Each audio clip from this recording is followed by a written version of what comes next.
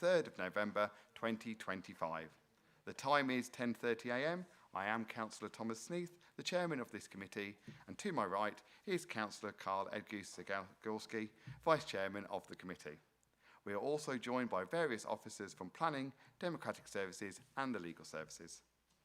Can I remind you that this meeting is being broadcast live via the County Council website, and with this in mind, I would welcome members of the public and press that are watching us live. As the meeting is being streamed in the usual way, I would remind you that all your comments will remain accessible online and may be recorded by the media. We have had our usual fire drill this morning, so there is no further drill planned for today. In the event of a fire alarm sounding, we will leave the chamber through the rear doors and leave the building past reception and assemble in the front car park and wait there. Can I remind everyone to ensure that their mobiles, laptops and iPads are on silent for the duration of the meeting. Also, may I remind you that the hearing loop is now activated and that members may not leave the chamber during any item, as this will preclude them from being able to vote for that item. Requests to speak will be collected through the Vice Chairman. And before we start the formal agenda, I just want to say that we will be having a 10 to 15 minute comfort break before item 5, as we do have people joining us online, so we need to get that set up. Moving over to item number 1, apologies for absence. Andrew, do we have any apologies? We have apologies today from Councillor Alistair Arundel, who's been replaced by Councillor Mike Beecham. We also have apologies from Councillor Gary Taylor, with no replacement. Thank you. Thank you. Item 2, declarations of councillors' interest. This is an opportunity for members to declare any pecuniary or other interest related to today's agenda. Do we have anybody wishing to declare? Councillor Verne. Thank you, Chairman. It's not a declaration of interest per se, but I'd like it to be noted that under item 5.1, the planning application which we're discussing today, although I was not present for the discussion on this item at the end of the last meeting, I have watched the item online and feel that I have as much information as any other member of the committee and therefore will partake in the debate today. Thank you. Thank you. Councillor Boyles. Thank you, Chairman. Yeah, exactly the same situation. I wasn't at the last meeting, but I've watched the webcast, so same as Councillor Vernon. Thank you. Yeah. Chairman, item 4.2, I'm the ward member. I've spoken to the school and to residents, so I'd just like to declare that interest. Councillor Bean. Thank you, Chair. Yes, I'm the ward member for North Wolds, which includes Caister, so I'd like to declare an interest in item 5.1, although I haven't commented publicly, so I intend to stay on the committee and vote. Thank you. Wonderful. So, Betty, and likewise, 4.4, I am the ward member for Holbeach, and therefore it's in my ward, but I haven't spoken to anybody, and therefore I will be able to vote for that. Perfect. All those hopefully have been recorded. Thank you, Andrew. So we'll move over to item number 3, which is to approve and sign the minutes of the last meeting held on the 29th of September 2025 as a correct and accurate record. The meetings can be found on pages 5 to 20 of the agenda pack. Do any members have any comments or suggested amendments? No, that's fine. Do we have a proposer for those minutes? Councillor Hill, and a seconder, Wimhurst. We'll now take that to a vote. All those in favour, please raise your hands. Any against? Any abstentions? 1. Those minutes have been carried, and I will sign them at the end of the meeting. Moving over to item number 4, we now move to the first part of our agenda, where the committee will consider the reports and objections to executive proposals to proposed traffic regulation orders. These will be presented by Zan Gibson, Programme Leader for Traffic. Moving to first item, which is 4.1, Gainsborough, Thornton Street, proposed waiting restrictions. Over to you, Zan. Thank you and good morning. So the first report today relates to proposed waiting restrictions on Thornton Street These are to facilitate access into the industrial estate by large vehicles. We have proposed part-time restrictions as shown in blue in Appendix A. We've received 3 objections as there are businesses in the area that rely on parking during the daytime and in the evenings, so they are objecting on that basis, and also we've had a request for the restrictions to be extended further along Thornton Street. The restrictions have been proposed to facilitate access into the industrial estate for vehicles accessing Thornton Street via Bridge Street. We do not feel that we need to extend them any further, and the fact that we have left some of the street unrestricted and the restrictions only apply 8 till 6, this should lessen the impact on businesses during the day and in the evening. The recommendation therefore is that the objections are overruled so that the scheme can be introduced as advertised. Thank you. Thank you. Do we have any comments? Councillor Wimhurst. Thank you, Chair. Just like to say thank you, Jan, for the report there. I know the area very well, living in Gainsborough, and I think there'd be a sensible thing to put in, especially as it just covers the entrances, you know, for larger vehicles and things like that. It's only certain points of the day, and there is quite a large chunk left, you know, that haven't got any restrictions on. So I'd like to move that we support the officer recommendations, please. Thank you. Thank you. Councillor Bowles. Thank you, Chairman. Yeah, similar to Councillor Wimhurst, it's not my division, but as a Gainsborough member, I know the area very well. I do support the proposals. That area does have a lot of haulage companies, and when the cars are parked, as they are at the present, it creates a lot of issues around there. So I'm more than happy to second the proposal.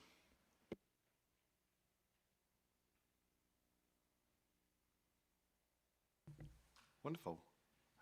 In that case then, well, we've had the recommendation proposed by Councillor Wimhurst that the committee notes the content of the report and the proposed traffic regulation order detailed in Appendix A has been given due regard to the objections received and recommend that the Executive Councillor for Highways and Transport to approve the proposed order.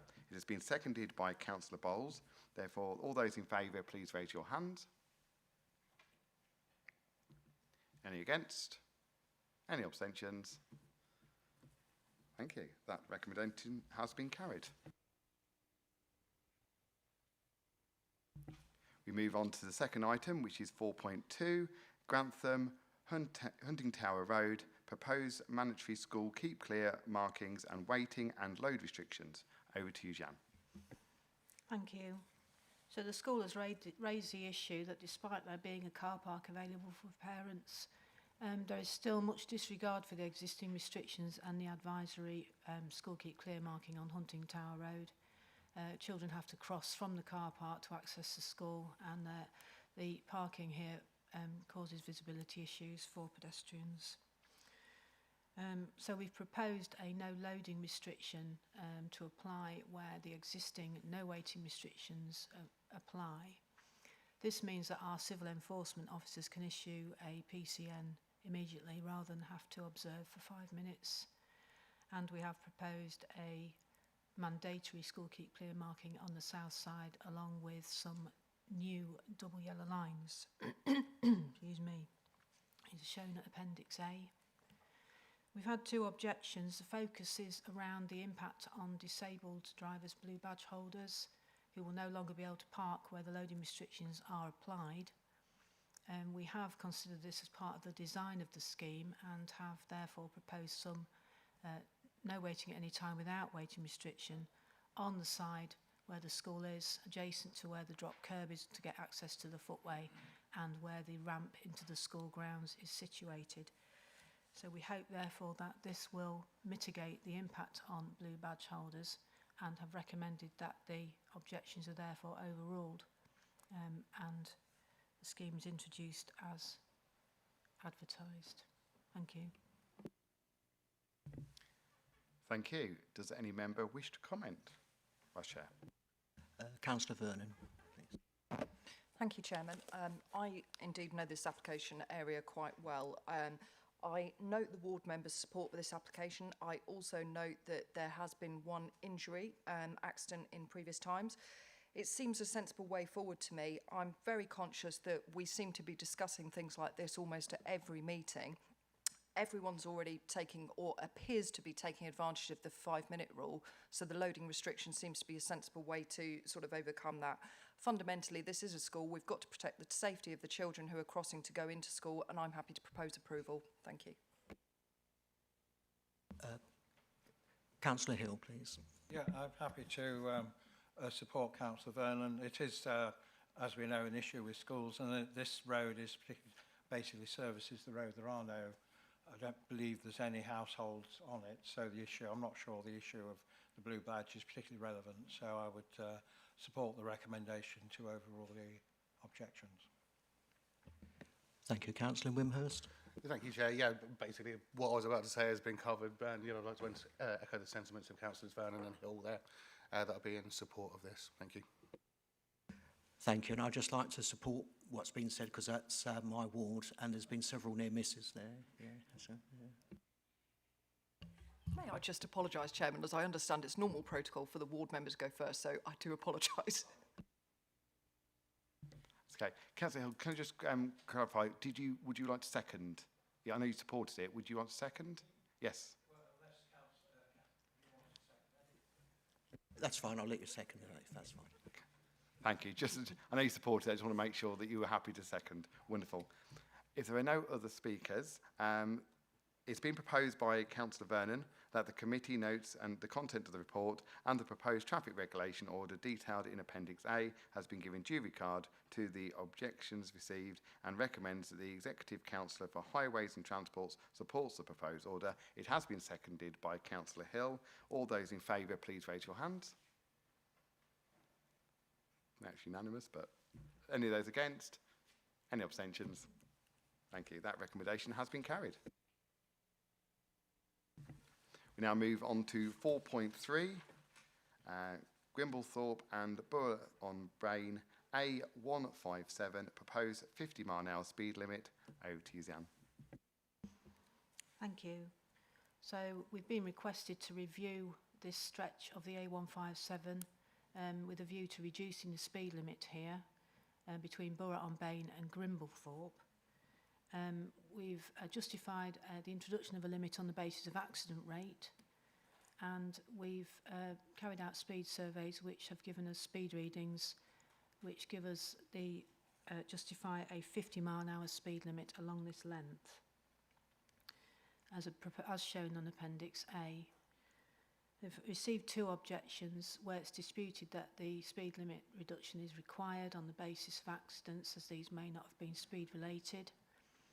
In response, we would say that the accident rate is calculated using a number of accidents regardless of contributory factors, and given that the scheme meets the criteria in terms of accident rate and mean speed for a 50-mile-an-hour limit, that the objections be overruled so that this scheme may be introduced as advertised. Thank you.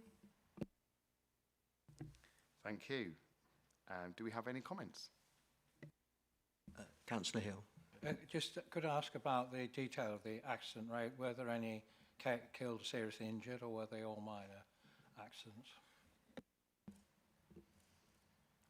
I don't think there were any fatalities, but I can't be sure about that, sorry. But you don't know about KSIs, though?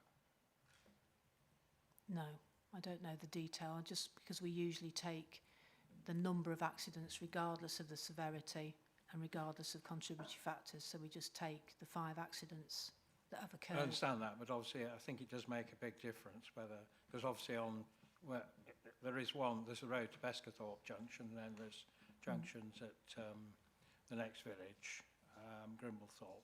So I think it's quite important, because it's basically relying on that and just on the mean speed, aren't you? We are. So it would be useful, I don't know in future whether it's possible just to include the KSI figures, because an accident can be a whole range of severity, can't it? It can. I think we would need to change our policy to reflect that, though, because at the moment it doesn't take that into account. I'm not suggesting the policy, I'm just suggesting for information, because 35, okay. What does that mean, you know? Frankly, I have no idea. Oh, an accident rate. Yeah, I understand, but what sort of accidents? I mean, I don't really want to Okay. have to start going through asking the Road Safety Partnership every meeting we have, because I just wonder, Chairman, it's really up to you whether we could have a little bit more detail on the KSI figure, if nothing else. We can do that in future reports. Yep, I concur with Councillor Hill. It would, that information would be helpful in assessing to find out whether it was just a slight bump or whether it was more serious. So thank you for raising that, Councillor Hill. Councillor Overton. Thank you very much. I do support this proposal. I think the issue about whether it's a KSI or not is a sensible one, and you know, you've taken that into account. But one has to bear in mind that to actually get an accident registered, it very often doesn't get registered unless it's a reasonably, well, somebody has to go to hospital basically, so reasonably serious. So I think that for me means that 35 is quite high. That's a lot, and I would think. So we do get lots of bumps and that just don't even get on the register, certainly. I think the other thing is that from my experience, if it's, I think it's probably a bit relevant here, is that we had a 60 mile an hour along the A607, along a long stretch. And when we reduced it to 50, from 60 to 50, we had a really significant drop in the accident rate. So I have to say, if that is a general rule, I know it isn't, this is always, we have to look at the specific incidents, but nevertheless, my background is that it's generally a good idea. Thank you. Councillor Wimhurst. Thank you, Chair, and thanks again, Jan, for your presentation on that.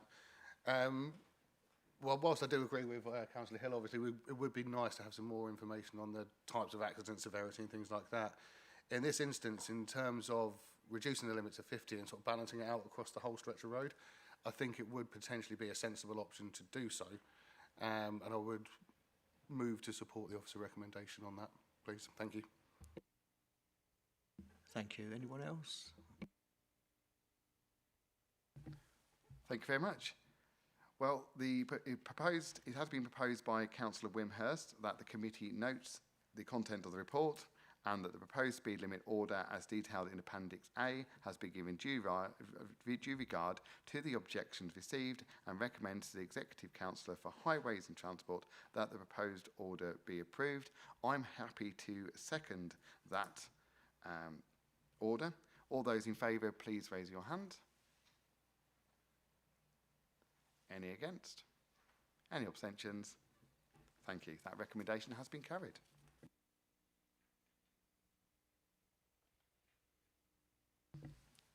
We now move over to item 4.4 in Holbeach Park Road, proposed waiting restrictions.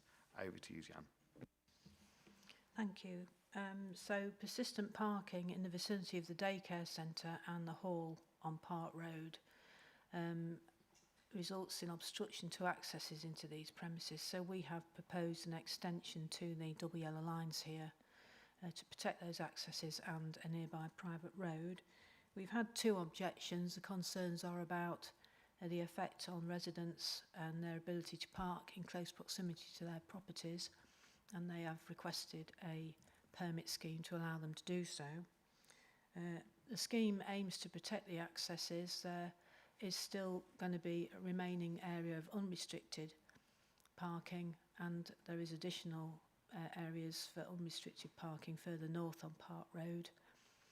As explained and detailed in the report, this is not somewhere we would apply a permit scheme, and the recommendation therefore is that the objections are overruled so that we can introduce a scheme as advertised. Thank you. Thank you very much.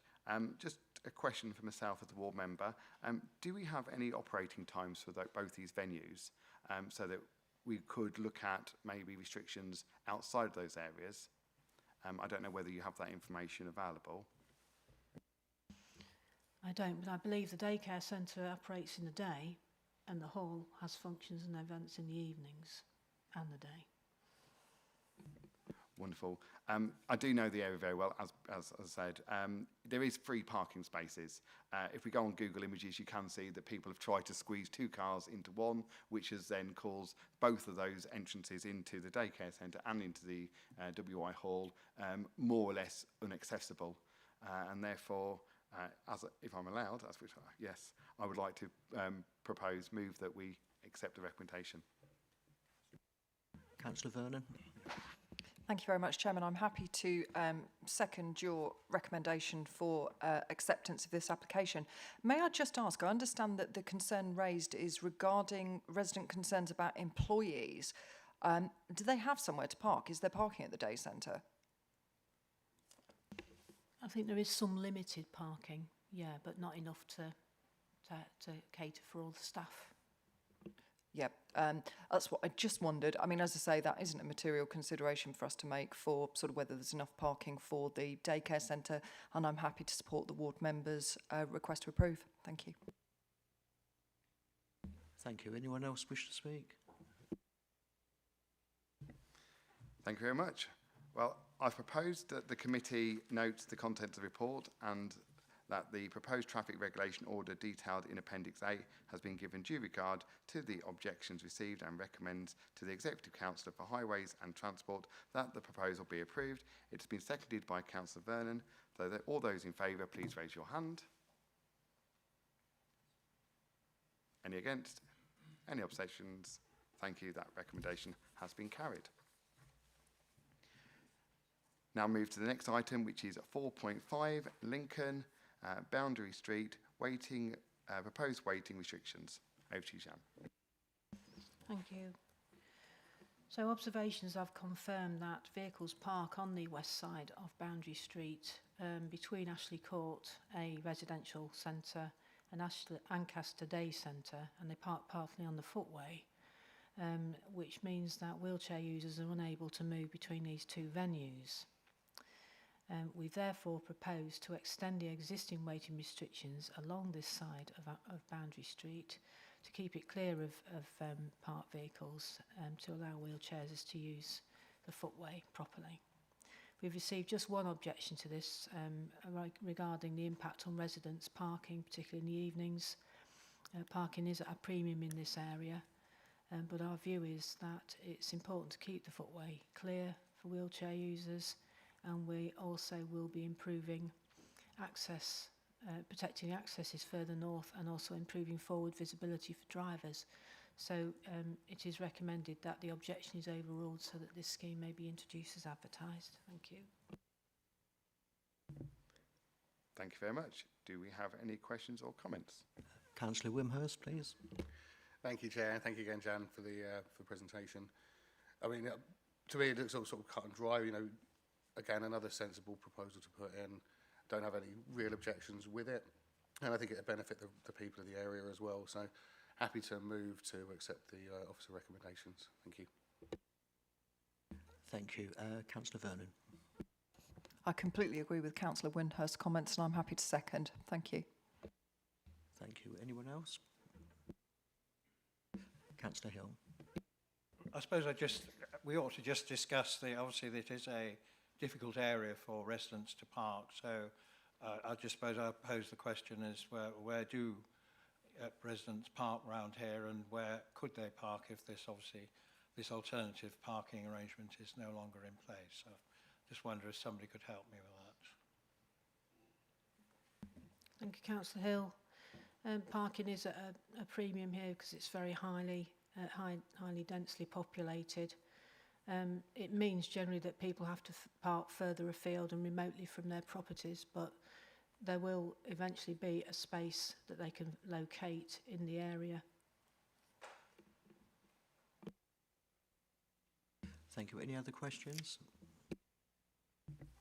Thank you. I mean, I'm quite pleased that we've only had one objection to this, which means obviously everybody else is supporting this proposed waiting restriction, no parking.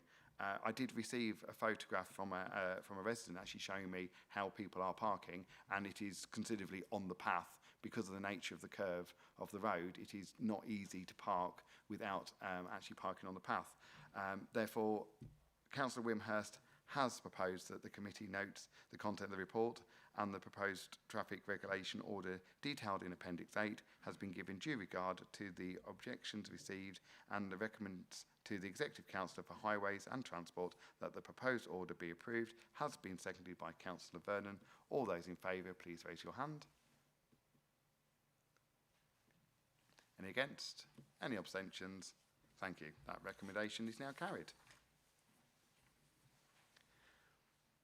Moving on to item 4.6, New Bolingbroke, the B1183 Main Road, proposed 30-mile-an-hour speed limit. Over to you, Jan. Thank you. So earlier this year, a report was brought to the committee requesting approval for a 30-mile-an-hour limit through New Bolingbroke, as shown in Appendix A. It qualifies for a 30-mile limit as a borderline case in line with the speed limit policy, and the committee subsequently recommended approval to the executive member for Highways and Transport and IT. However, this was overruled and a 40-mile-an-hour was preferred, still in line with policy, and this has been subject to public consultation.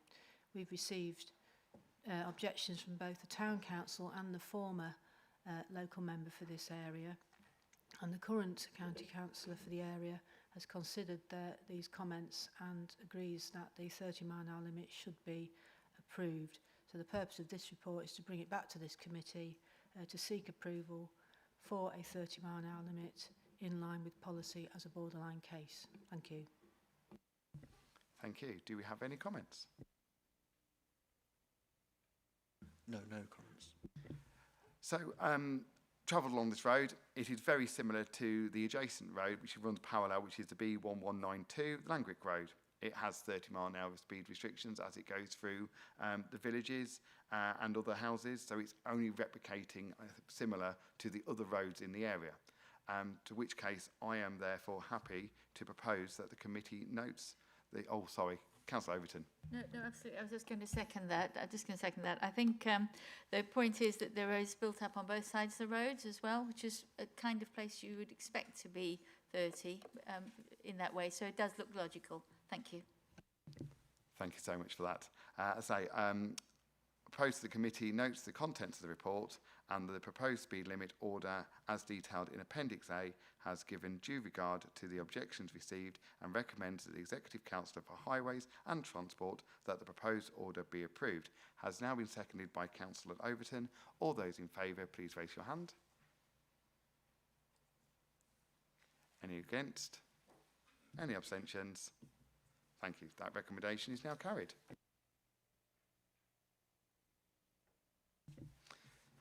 Moving over to the next item, which is item 4.7, Skegness Borough Road, proposed waiting restrictions. Over to you, Jan. Thank you. So this is a proposed short extension to existing double yellow lines on this corner. Vehicles parked there, the visibility is quite impeded until you actually make the turn, so this increases the risk of a collision. Parking here also blocks the access to the pedestrian drop curb. We've had 2 objections, again concerned about the impact on residents being able to park and on customers to businesses on Seaview Road being able to park also. The proposal displaces just 2 vehicles and these can be accommodated elsewhere in the locality, and we've therefore recommended that the objections are overruled so the scheme can be introduced as advertised. Thank you. Thank you. Do we have any questions or comments, please? Councillor Wimhurst. Thank you, Chair. Yeah, again, another one that's just sort of reasonably straightforward, isn't it? You know, makes sense to have that implemented, so I would move to accept the officer recommendations. Thank you. Thank you. Anyone else wish to speak? Thank you. Did actually go and visit the area just to see what the actual problem was. And as the officers have quite rightly said, when we have queuing traffic travelling east towards the actual junction, it is more or less impossible for anybody with a large vehicle travelling west past the parked cars. I do know there is a fire station in the area, therefore if there's any restriction in width and the fire engine needs to get through there, it would cause a lot of problems. So therefore, Councillor Wimhurst has proposed that the committee notes the content of the report and the proposed traffic regulation order detailed in Appendix A has been given due regard, and the objections received and recommended to the Executive Council for Highways and Transport that the proposed order be approved. I'm happy to second that. All those in favour, please raise your hand. Any against? Any abstentions? Thank you. That recommendation is now carried. Move over to another one in Skegness, item 4.8 in Skegness, which is St Andrews Drive, proposed waiting restrictions. Jan.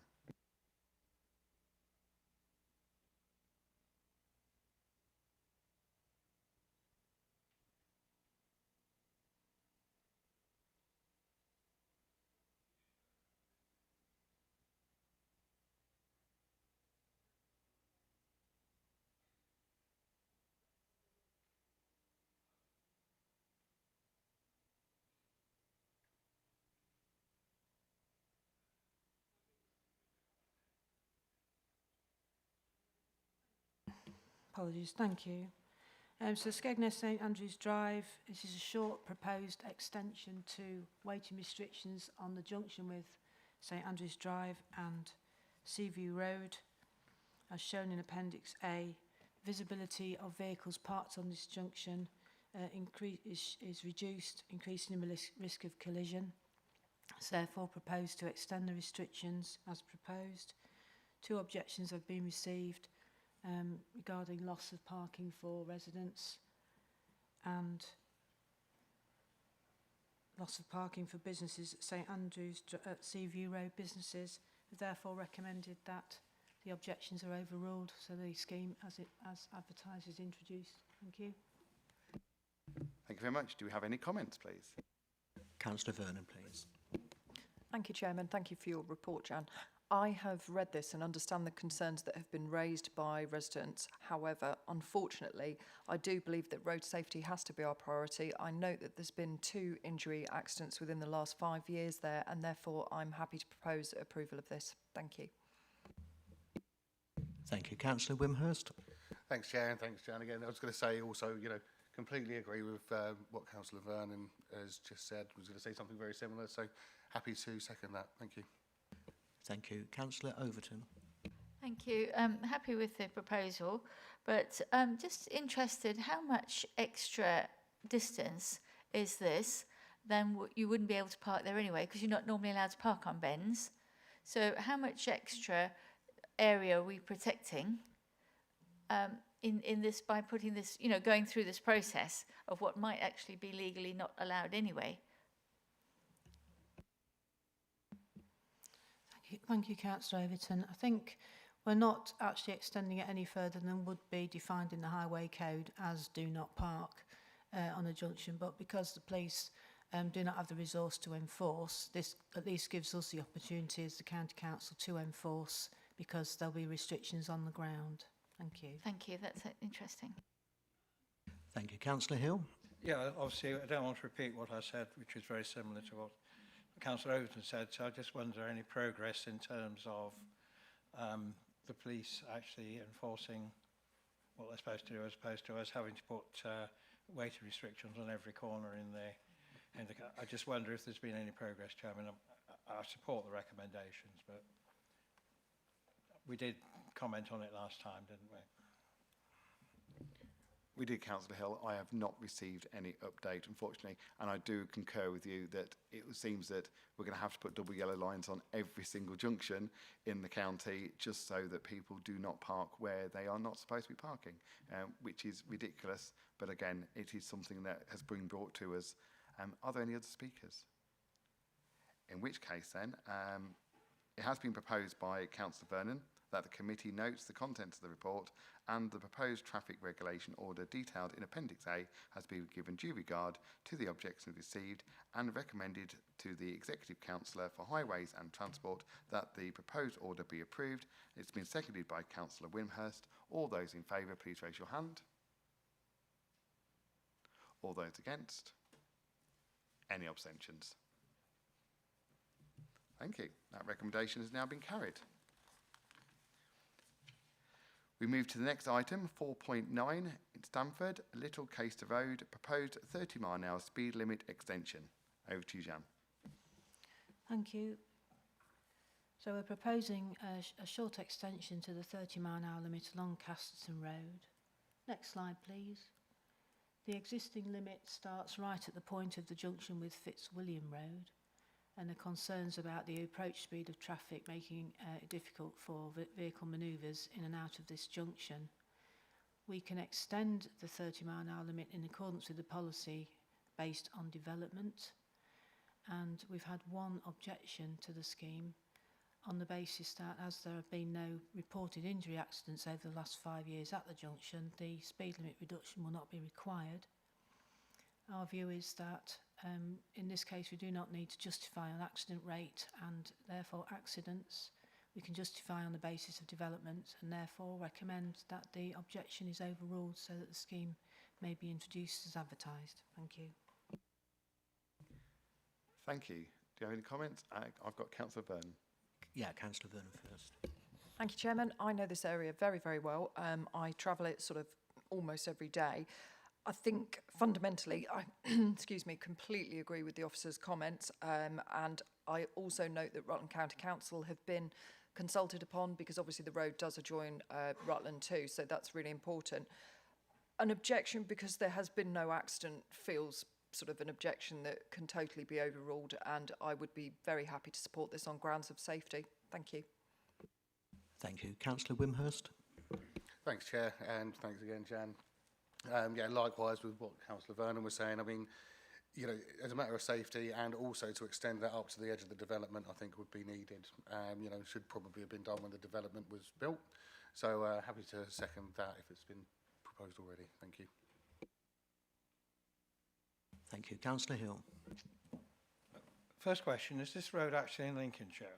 So I don't think it is, but I'm happy, careful looking at but obviously hopefully officers will know.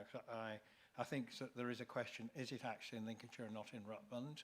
The second question is in terms of what justification in terms of policy, because it's all about the junction, because the estate, there is no access from the houses on the estate to the road, this particular road. The access is to the junction. So I wonder if it could be clarified which is the policy that's being referred to in terms of the junction that justifies putting a 30 all the way up to the edge of the estate, which is actually irrelevant because there's a big fence there. So I just wonder, first of all, are we sure it's actually in Lincolnshire? And secondly, what is this justification for that? Because you know, I'm a bit of a stickler. Are we following policy or aren't we? And I just want some reassurance on that point. Thank you, Councillor Hill. I think a short section of Little Casterton Road covered by this proposal is in Lincolnshire, but the actual signs will be in Rutland. Itself. So what I'm questioning is we could go to the county boundary, wherever that, which I think is where the sign is, but I think the rest of the road is actually in Rutland. So can we just impose this without a formal discussion with Rutland, or should Rutland be doing it if it's deemed necessary? I think where you get sort of speed limits that go across boundaries, one authority instigates it and gets the agreement of the other authority, which is what we've done in this case with Rutland, because we will need our contractor to go into their county to carry out the works, because where the speed limit signs will be is in Rutland, because half the road there I think is in Lincolnshire and half is in Rutland. In terms of policy, we're looking at the speed limit policy. In terms of development, it's not a requirement that the adjacent development is served directly by the street, as long as the development is visible on the approach and it is adjacent to the highway, it counts in terms of development. Thank you. So what is the distance between the junction? Because there must be a limit to how far away from the junction you can be before the junction, it doesn't come into play. We're not looking at the distance in terms of from the junction, we're just taking the limit to the edge of the development. That's what we're looking at here in terms of policy. But the issue is the development is not access to the road directly. There's a big wooden fence all the way along there, and the only access from there, and indeed from the other side, is with the two junctions. So I'm still struggling a bit with what the justification is in terms of policy. It is simply the fact that the development does not have to directly access the road that it's adjacent to be counted as development in terms of the criteria for the speed limit policy. Fair enough. So does that mean everywhere where there's I can think of hundreds of places in this county where there are houses alongside a road and the speed limit isn't 30. So I'm just worried that are we creating a precedent here that we will end up with speed limits everywhere because it just happens to be near some houses. I think that we investigate every request that we receive. I think in this case the focus was on the approach speed to the junction, and it just so happened that the development was such that we could extend to give that little bit more reduction in speed on the approach to the junction, and we've just utilised the policy for that purpose.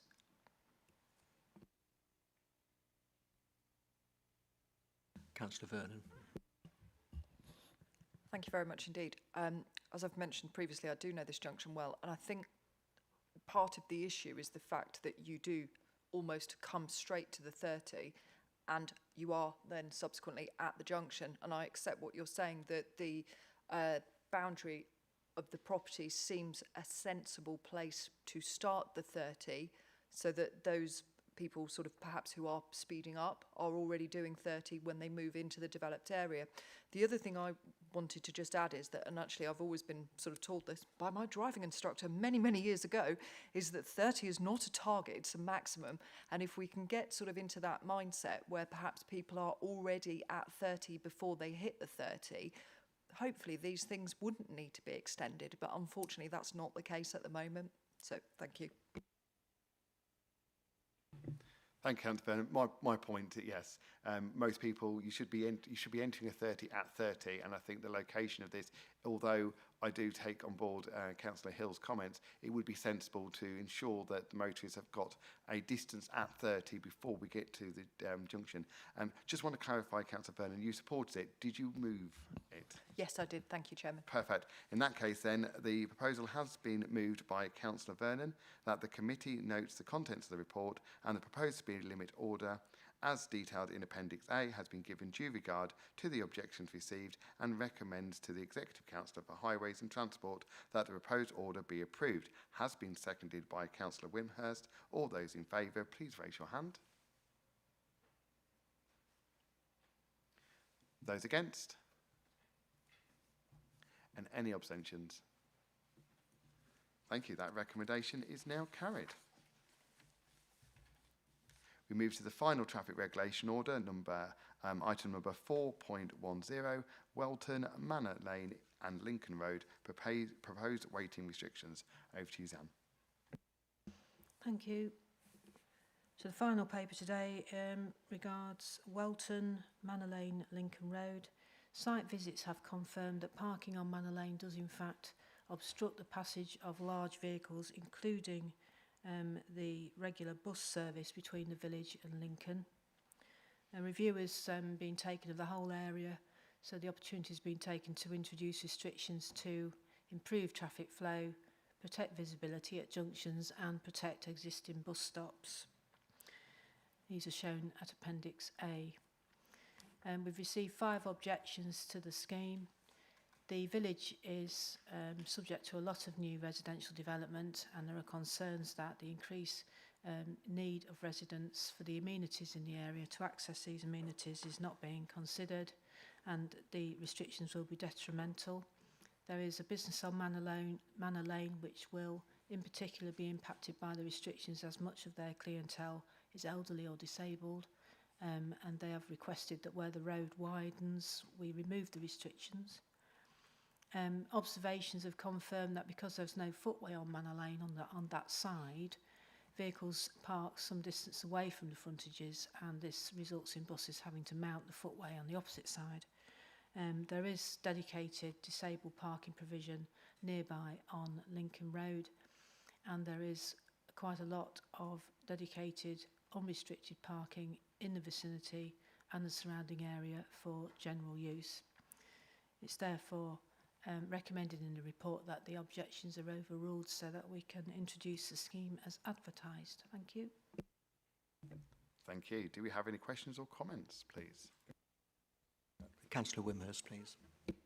Thanks, Chair, and thank you again, Jan. We're probably getting sick of me talking today, but I know this area really well, and it does get congested. There is it's very, very busy, and it would seem the right thing to do to put the no waiting in around that triangle and everything else. So I would move to accept the officer recommendation here. Thank you. Anyone else wish to speak? Councillor Vernon, please. Thank you, Chairman. I note that there's high demand for the bus service in the area, and I really feel that should be encouraged. We frequently talk in our highway scrutiny panel about the importance of public transport being on time and reliable, and if this is having an impact on that and also causing an obstruction towards public transport, that could also mean an impact and obstruction for emergency services, and therefore I believe we should support this too. Thank you. Thank you. Any other speakers? Thank you very much, Councillor Vernon. You took my notes from me. That's fine. No, the obstruction of the of any vehicle it shouldn't be allowed, and therefore I'm quite happy that Councillor Wimhurst, as proposed to the committee, that to note the contents of the report in Appendix A, has given regard to the objections received and recommends to the Executive Councillor for Highways and Transport that the proposed order be approved. Councillor Vernon, did you second? Wonderful. And Councillor Vernon has seconded that proposal. Therefore, all those in favour, please raise your hand. Any against? Any abstentions? Thank you. That recommendation is now carried.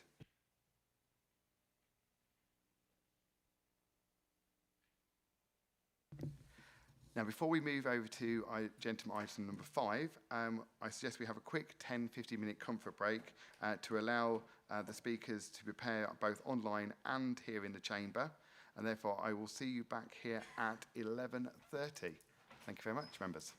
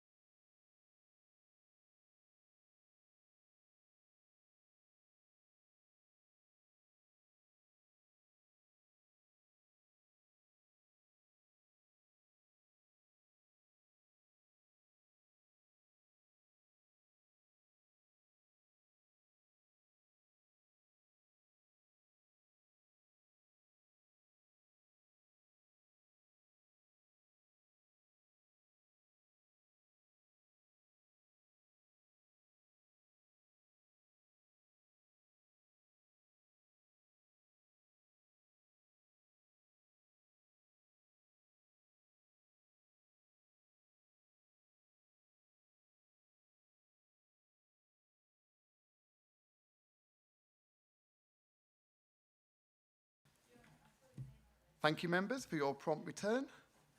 We now move on to our final agenda item for the meeting, item 5.1, which is a deferred item following a discussion taken by the committee on the 29th September 2025.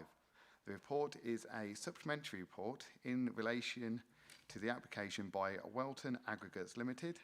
This is for the phased extraction of sand and gravel with revised restoration to include 2 water bodies with surrounding acid grassland, marginal areas of rough long grass, water body embankments and surrounding new native woodlands, native sedges, bushes and reeds, including ancillary activities, associated infrastructure and new access from North Kelsey Road at land south of North Kelsey Road, Caister.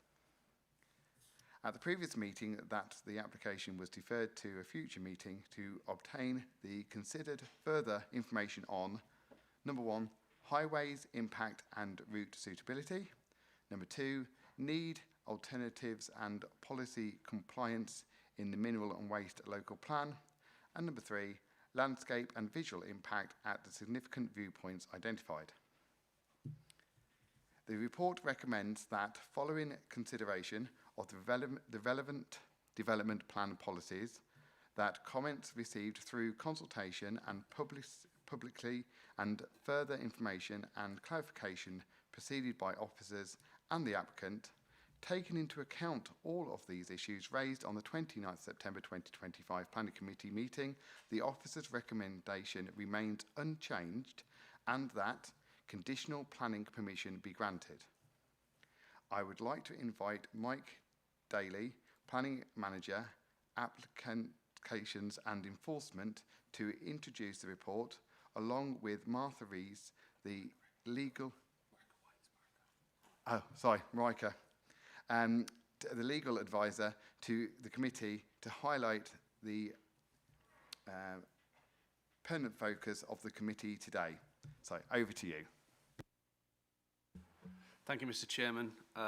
To provide a brief overview of the site, I'll just run through the slides. Can I have the slides, please?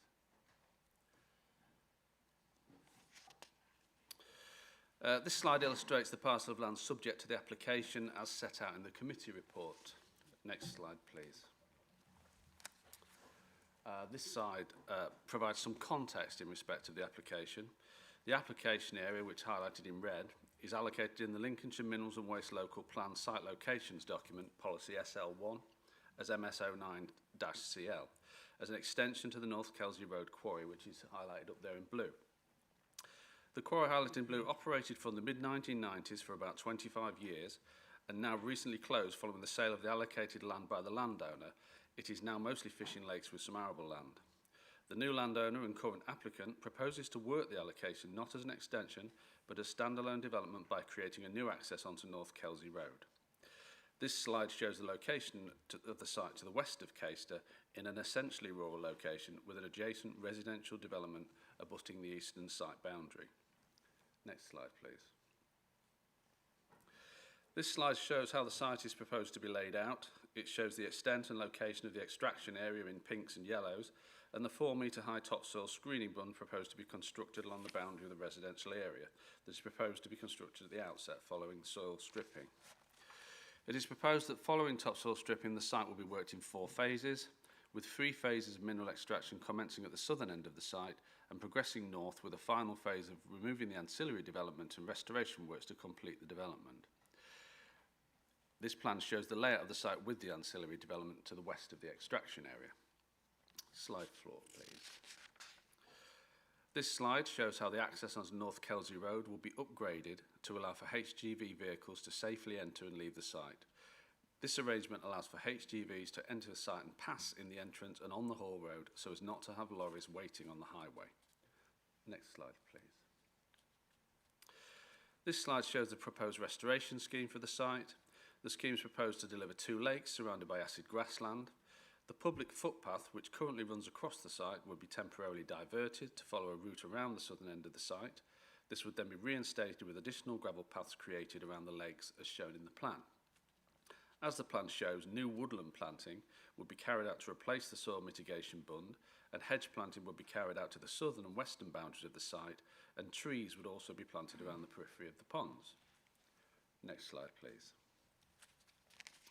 These photographs show the road and the visibility from the proposed access looking west and east. Next slide, please. This photo on the left provides a view into the site from the access, and on the right shows where the parking areas and ancillary development would be located. Next slide, please. The photo on the left shows the adjacent residential development. The photo on the right shows a view to the west towards the adjoining woodland, with the restored quarry workings to the south of this woodland. Next slide, please. The left image shows the footpath that crosses the site towards the fishing lakes, and which will be diverted south and around the bottom of the development before being reinstated along its original route as part of the site restoration. And on the right shows a view from the centre of the site toward the housing development. That's it for the slides. Just to highlight the key elements of the development, the site extends to 8.96 hectares, including access, and it is proposed to produce 150,000 tonnes of soft sand. As set out in the slides, there will be 4 phases of development over a period of 4 years, with a final restoration as indicated. The site will be worked by a mobile plant with ancillary mobile welfare and office buildings, and the working hours are proposed to be 7 in the morning till 6 in the evening, Monday and Friday only, no weekends or bank holidays. It is anticipated there will be an average of 8 HGVs per day, equating to 16 movements, expected to be split with around 6 per day exiting the site to the west and around 2 to the east. Staff cars will be between 5 and 7 per day, morning and evening. Further information has been provided for today's meeting in 2 additional reports, a supplementary committee report and a committee update.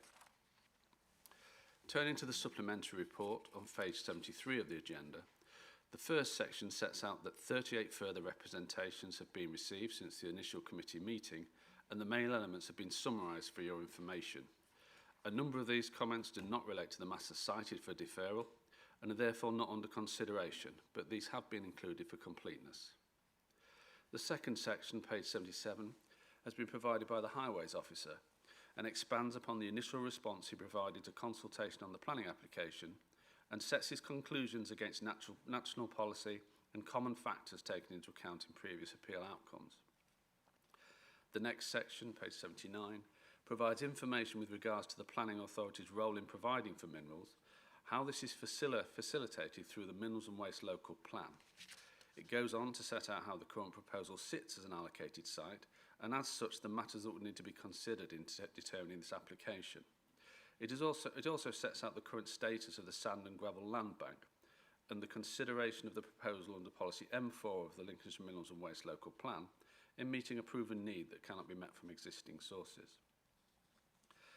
The next section sets out the applicant's further information on need and policy compliance. The applicant maintains their position in that the proposal meets the tests in policy M4 by confirming that the deposits meet the specification for both mortar aggregates and cable sands, for which there is significant demand within the county. Their submission sets out that other permitted sites within the county exploit coarser, more variable deposits of sand and gravel, sharp sand, which typically meet the specifications of aggregates for concrete, and are not capable of meeting the required specifications for building, plastering sand or cabling sand. The next section provides further representation on visual impact. This section considers the landscape and visual impact assessment that was carried out and submitted in support of the application and the conclusions drawn from this exercise. It was acknowledged that there would be some impacts on local receptors, but this would be short-term impact, which will be outweighed by the benefits of the development in the supply of aggregates and the longer-term ecological and landscape benefits to be provided through the restoration of the site. The final section provides clarification to comments from local residents with regards to whether a standalone health impact assessment and equalities impact assessment was required to support the application. The report concludes that taking account of the additional representations and further information, the officer's recommendation would remain the same and that planning permission should be granted. Since the supplementary report was completed on the 17th of October, A further 35 representations were received, so these and some further information were incorporated into a committee update. The responses have been summarised and broken down in the report, setting out the key comments from each. Again, a number of these are related to matters beyond the scope of today's meeting, but have been included for completeness. A number of comments were received in respect of the potential for alternative sites to that proposed, so a section has been included to further clarify from an officer's perspective how the matter of alternatives should be considered. The next section, in response to concerns raised over potential highway impacts, sets out a proposal for a routing agreement which would preclude HCVs from taking the proposed southern route from the quarry on the B1431, other than for local deliveries. It is also proposed to add a planning condition to limit HGV movements from the site to no more than 12 HCV two-way movements on a daily basis, based upon the proposed average rate, but with an upper limit of 40 a week. The final recommendation concludes, taking account of the further representations and the proposed limitations on HCV movements, should the Planning Committee be minded to grant permission, this should be issued following the completion of a Section 106 legal agreement and subject to the amended schedule of conditions as attached to the committee report. Since the committee update was issued, we've had a further 5 representations, 1 from Cadnicum House from Parish Council and 4 from local residents. These were issues related to impact on landscape, noise, highways and traffic impacts, and health impacts associated with dust, noise, etc. These comments were not materially different to that from previous comments received. That's it, thank you. Thank you, Mike. Over to you, Micah. Thank you, Chairman. Good morning, members. Just a few housekeeping rules, really. So firstly, I'd just obviously like to remind members that at the last meeting, obviously, members resolved to defer consideration of the matter for the points already set out. Therefore, I'd like to ask members to confine their discussions and questions solely to those matters. And it makes sure that the committee's decision remains focused and procedurally sound. Any comments that are made outside of those points may be taken as a comment, but if there's any questions to the officer can choose not to answer them. Secondly, questions to the speakers today are for clarification purposes only. This is not an interrogation. And just be mindful that your question may be more suitable for the officer. And just finally, members voting on the item today just need to be fully aware of the application and familiar with the presentation and the report. Thank you very much. Thank you for your presentation. We have 3 registered speakers. Each speaker is allotted 3 minutes to give their statements to the committee. Following their statements, members of the committee may then ask clarification questions of the speaker. Once the committee has had the opportunity to ask those questions, the speaker then retires to an observatory position for the remainder of the item. I would therefore like to invite the first registered speaker in opposition to the application, Katie Allenbury, to address the committee via Microsoft Teams. Thank you. You now have 3 minutes. Thank you, Chair, and good morning, committee members. This site lies beside a new housing estate on productive farmland. None of us could have anticipated this situation, and we are deeply distressed that quarrying might be approved so close to our homes. We asked the council to look carefully at how this has happened. Approximately 150 homes have been built. It seems to be happening without thorough assessment of the potential impact on our health and well-being. How has the housing been passed? The applicant has failed to prove the need for sand extrication at this site. They rely on land ownership, generic demand figures, and questionable ENAT certificate that does not verify the sample came from this site. BGS data shows that deposits here are not unique or scarce, and several permitted sites nearby remain underused. Numerous traffic concerns have been raised. I found out this weekend that the number of HGVs has increased by 50%. The transport assessment takes no account of nearby housing estates and school traffic. LCC has granted a school bus for children living on North Kelsey Road after deeming it unsafe. As a firefighter of 20 years, I have attended countless RTCs across Lincolnshire, and I believe that local roads are already hazardous and ill-equipped to handle additional HGV traffic. They have limited visibility, sharp bends, soft verges, sparse or no lighting, few passing places and no pavements. Adding quarry vehicles will raise the risk to all road users, including horse riders, cyclists and joggers. It's clearly visible from our two-storey homes. The 4-metre bund would sit barely 10 metres from my boundary and do nothing to protect residents from light intrusion or dust and noise carried on prevailing westerly winds, even on calm days. The applicant underestimates these effects and provides no verified winter or cumulative assessment to support the claim of no significant impact. There is no proven need, and the negative social and health impacts considerably outweigh any small economic gain. It is harmful to road safety, amenity, health and well-being, community cohesion and the local environment. This application raises serious questions about the adequacy of public health and equality consideration within the planning process. It is essential that any decision on a development of this scale is robust, transparent, particularly given the absence of a health impact assessment and the proximity to homes and schools.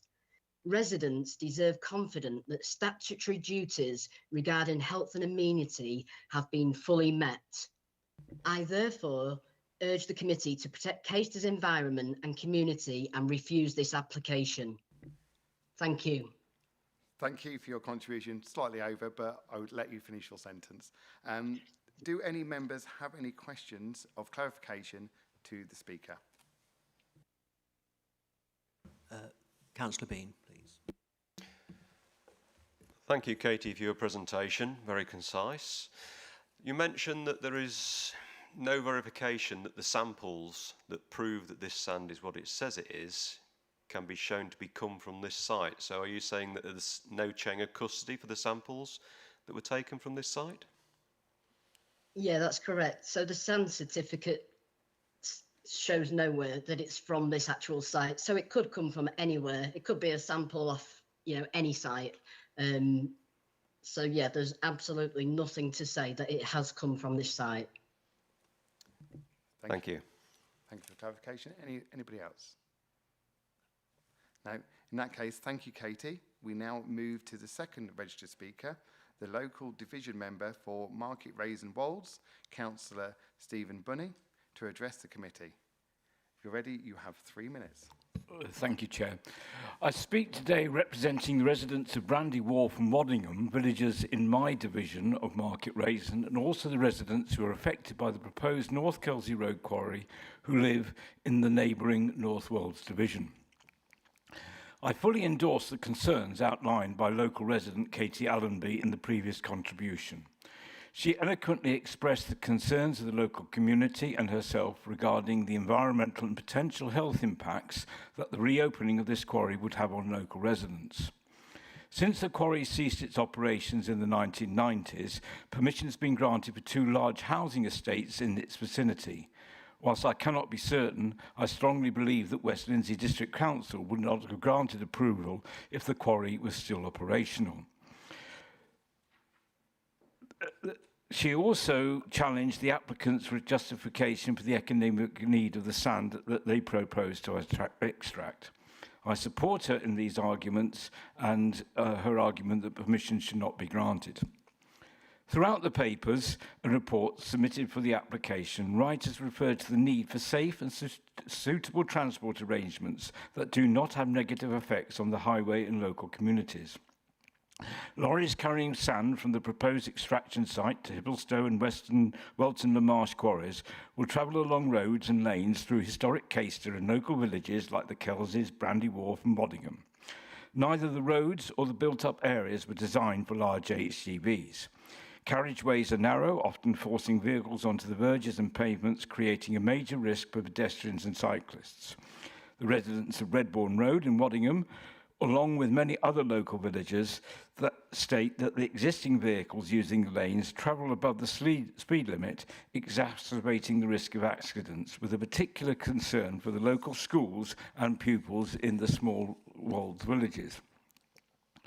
Along with personal safety, the large vehicles cause physical damage to the roads, potholes, cut-up edges, etc., creating problems for road users and add to the demands on LCC's maintenance budget. Householders also report that the vehicles cause their properties to shake and, again, causing expensive physical damage. You only have to travel along the B1205 at Brandy Wharf to see the structural damage and subsidence caused by traffic travelling along roads that were not built to sustain modern-day vehicles. Wells and aggregates talk to 16 movements a day travelling along the roads.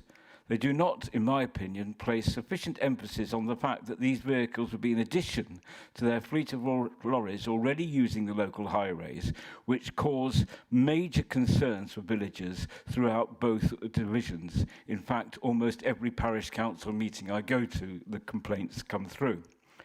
I trust the councillors consider the facts presented carefully and understand the difficulties that the reopening of North Cowsley Road Quarry will cause local people and the environment, and reject the application, or if they do insist on going forward, to ensure that the restriction on the southern route to Hibblestone is approved. Thank you, Councillor Bunny, for your contribution. Do any members have any clarification questions for the Division Councillor? Councillor Vernon, please. Thank you. Councillor Bunny, is there currently or proposed to be a liaison group set up between residents and the quarry were this to be approved? Or do you know if the quarry is happy to accept that? Thank you. Thank you. To be honest, I don't know. I do know that Caister Town Council and some of the villages along in that not my division have spent a lot of time liaising, and I would certainly welcome that sort of move. Thank you. Thank you. Any other speakers? Councillor Hill, please. Yeah, thank you. Yeah, I mean, obviously, understandably, people who are living in Hadrian's Way who didn't do a full search are not very happy to suddenly discover they're going to potentially have a quarry. As you're a West Lindsey councillor, I know it's not in your patch, but I'm just interested in when this, the application for this housing estate went forward. I'm not sure, are you aware of what the circumstances were and what the comments were at that time of the district council? Indeed, what comments did the highways or county council make at that time as well? Are you aware of that? Because just to help us with our deliberations. Thank you, Councillor. To be honest, again, I don't know exactly what happened, but I am aware that there were objections put in at the time of the proposed site when they built the houses. One of the issues is I think that this site has been proposed for development before and has been rejected, and they've come back, and so I think it's quite a lot of discussion has been taken locally on those matters, but the exact details I could not give you today. Councillor Overton, please. Thank you. Thank you, Councillor Bunny. The question I'm after is about the impact on the house in Hadrian's Way. What is the distance? Because it seems to be right up to the borders. I see the 4-metre bund, but presumably that's going to need heavy machinery to create it. So what kind of impact are they expecting on the residents? Thank you. I think the residents are expecting certainly a lot of disturbance through noise and disturbance of vehicles creating vibrations, etc. in the land. I also believe that they are very concerned regarding air quality issues, which I think are the ones which are primarily their main concern in terms of health and well-being. Thank you. Maybe that will be followed up with officers to reply when we get to the full debate. Is there anybody else? Councillor Bean. Thank you for your report in support of the residents, Councillor Bunny. I'd just like to reiterate, I have received a letter from one of your residents in Redbourne, which casts quite a disturbing light on the operations of Welton's. Councillor Bean, is this a question of clarification to what Councillor Bean has read out, or is this something else you would like to bring into discussion? This is something else I'd like to bring into discussion regarding the Redbourne area, which is part of his ward. I think we'll bring that in the actual discussion. It was just clarifications on things that Councillor Bean has mentioned. If he had any concerns of, if he stated anything that we wish to clarify, that is what the purpose of the clarification questions are. We'll come back to you in the main discussion if that's okay. Very well, Chair. Thank you. Is there any other clarification questions? In which case, we'll now move to the final registered speaker, the agent for the application and speaker in favour, Oliver Cranver, to address the committee.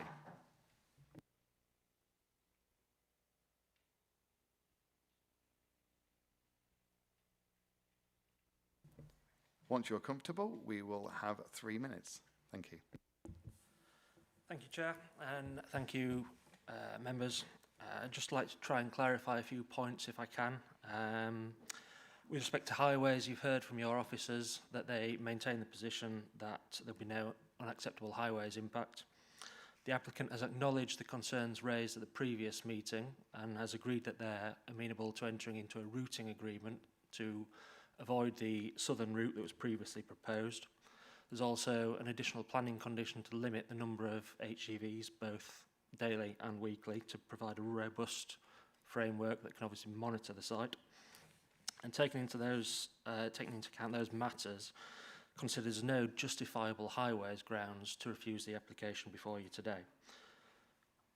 In respect of need, I think one point I would just like to clarify, there's a lot of talk about the cable sand, the ENAT sand, but it's also important to recognise this is a source of building sand as well, building and plastering sand that we often refer to as soft sand. Closure of the previous Breeden site, which I believe operated until about 2020, 2021, has left the county without a supply of sand, of soft sand, and it's for this reason, to meet that need, that the site was actually allocated in the local plan. The need for ENAT sand is a more recent additional need that has arisen since the site was allocated. And again, just a point of clarification, there are no current permitted operational quarries within the county that are capable of producing a soft sand. All the other sand and gravel sites are sharp sand quarries that would be used for concreting rather than mortar and ENAT's purposes. In respect to landscape and visual impact, it's acknowledged there will be impacts on a small number of receptors. However, these will be short-lived. It's very different from a typical quarry that operations will take place in one place for a long period of time. This is very shallow, and most of the areas will be only worked for a matter of weeks, months. We could be looking for as little as 10 to 20 extraction days every year, and then the sand will be stockpiled further away from the residential properties, so that there's very limited impact there.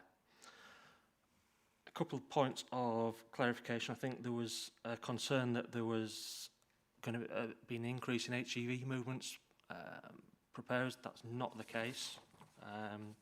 And with respect to a liaison group, if the members think that that may be useful, then I'm sure it's something that the applicant would be agreeable to. Thank you very much for your contribution. Do any members have any clarification questions to the speaker? Councillor Hill. Yes, part of the proposed change is actually going through Brig.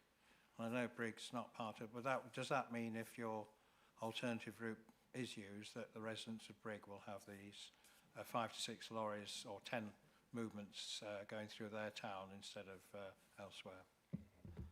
There will be a small increase in the transport through Brig, yes, but I think we were 5 to 6 movements westbound split between the two routes, so we will only be looking at 1 or 2 HGV a day difference through Brig. Any other questions?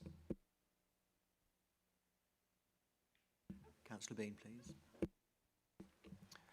Thank you, Chair. So, you say that this sand isn't available anywhere else in the local area. Is that because the sand is not available anywhere else in the local area, or it's just not available in land owned by the applicant? What I said was the sand is not available from any permitted quarries in the area. All the other permitted sand and gravel sites within the county are sharp sand and gravel, and you cannot produce a soft sand by processing a sharp sand. It's just the two are fundamentally different bodies. I think where you're probably looking at with this is the consideration of alternatives.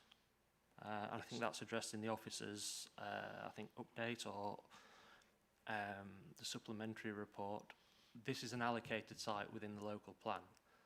There's no requirement in policy to consider every potential site in the county that may have sand in it. There's undoubtedly, you know, similar sands within the county, but they have not been allocated within a local plan. So as far as the applicant is concerned, they're looking at other sites that are allocated. Can they supply this material? The answer is no. Or other permitted sites, can they supply this material? The answer is no.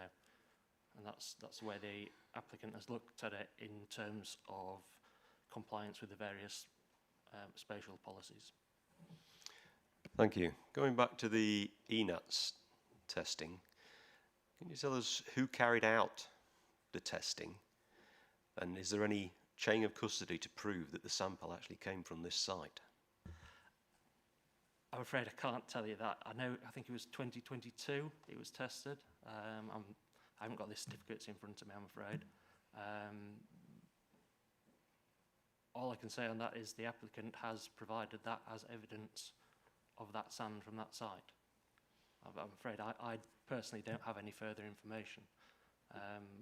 It sounds like there's an allegation that the applicant isn't telling the truth, which I'm not aware of any evidence to suggest that that sand that was tested hasn't come from that site.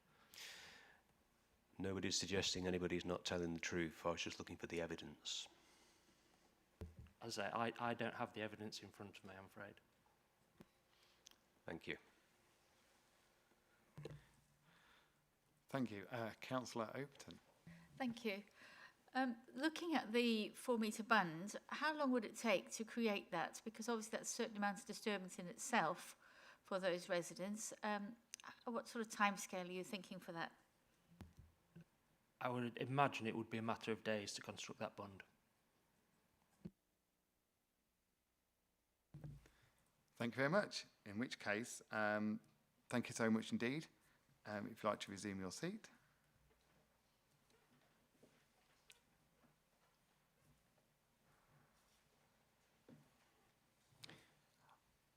Are there any members of the committee who would like to make comment on the application, please?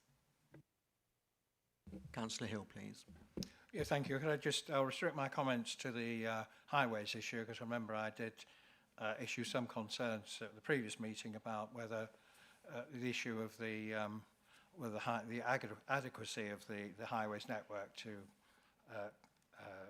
take account of these extra movements. And could I thank the officers for the additional information. I actually took the time to, when I was going north anyway, I actually had a drive around the area. And I think reminding members of the comments I made to start with, the issue the committee has got, we have got, if we were to decide to refuse this application, we have to do so on reasonable grounds. So having looked at the area and the size of the North Kelsey Road, which actually can take a lorry and a car side by side, and the fact there is a industrial estate on that side of Caister, my own personal view is, personally, I'm now satisfied with what the applicant has done to try and mitigate, and also I personally, although I have a lot of sympathy with people who have bought nice houses on a nice estate and are suddenly now finding themselves with a quarry next door potentially, I don't personally think there are adequate highways grounds. We've had clear advice from the officers in terms of the limited number of movements and indeed the limited timescale of this development. So my own personal view, I don't think I would feel comfortable overruling that officer advice in terms of highways. Thank you, Councillor Hill. Is there any other speakers? Councillor Bean, please. Thank you, Chair. Please bear with me. I'd just like to ask the officers, how was the highways report actually written? Because we deferred this matter on highways issues for further information. Did the person who wrote this report actually visit the area, or was this report written from behind a desk based on outdated statistics and Google Maps?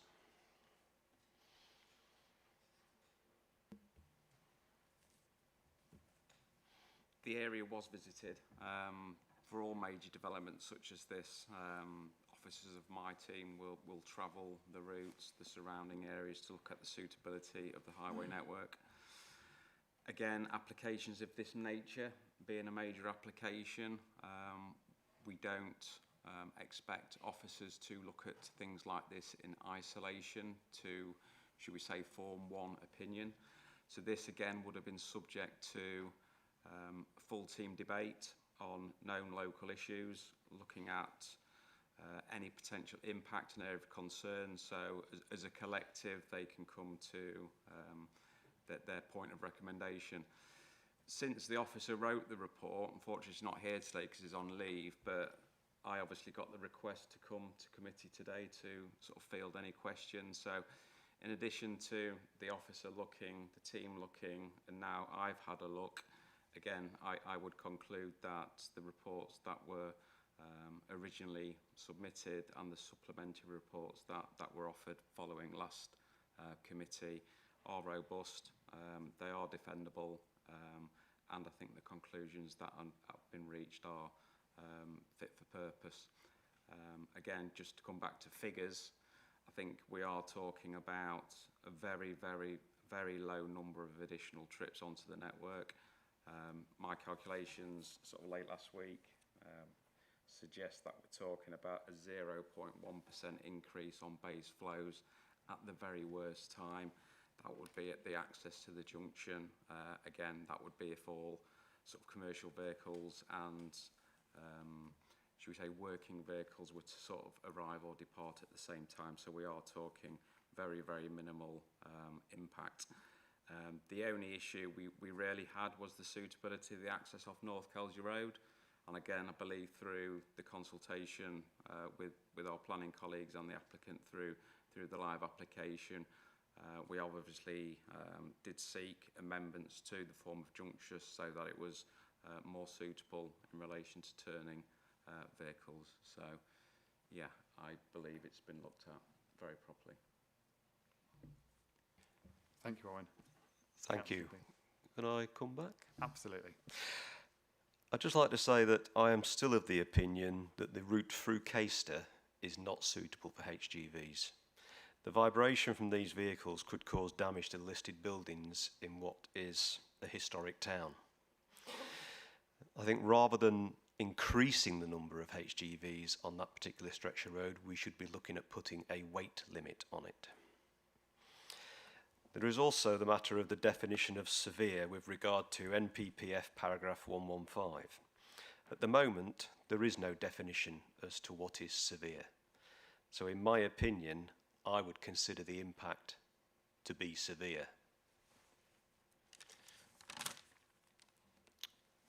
When it comes to the proof of need for this mineral extraction, please stop me if you want. No, thank you. Carry on. There's no other speakers at the moment have indicated, so you can carry on. In section 28 on page 81, it clearly states that the exploitation of this site would be premature due to the fact that there are, let me just find the section.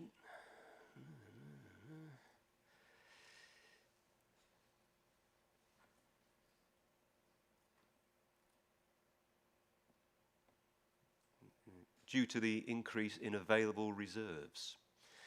Consequently, it's whether the proposed development, as amended from the original allocation, could be delivered without unacceptable unacceptable harm to the environment or local amenity. So I think that somewhat contradicts the recommendation that this site is needed. The sand deposit here covers quite a considerable area, and although the rest of the sand deposit may not be allocated for mineral and waste extraction, I think basically we should be reviewing the mineral and waste extraction plan based on the fact that West Lindsey District Council has allowed a housing estate to be built right up to the edge of this site. When the site was originally allocated for mineral extraction, there was no housing estate there, so there wouldn't have been a question on the matter. But now there is. Things change over time.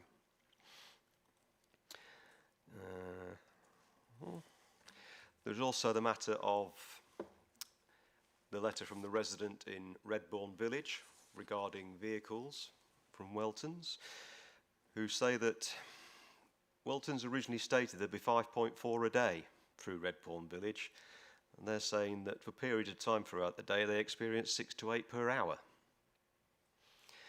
They also say that Weltons didn't stick to their original transport plan using Hall Road, and that whenever they have tried to contact Weltons in writing, it's to no avail, and they are not interested in working with the local residents, which kind of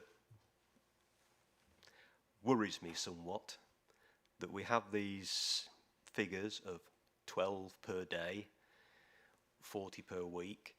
How are we actually guarantee that's what's actually going to happen and it's not going to be exceeded? Because I'm not aware of any penalty clauses in place.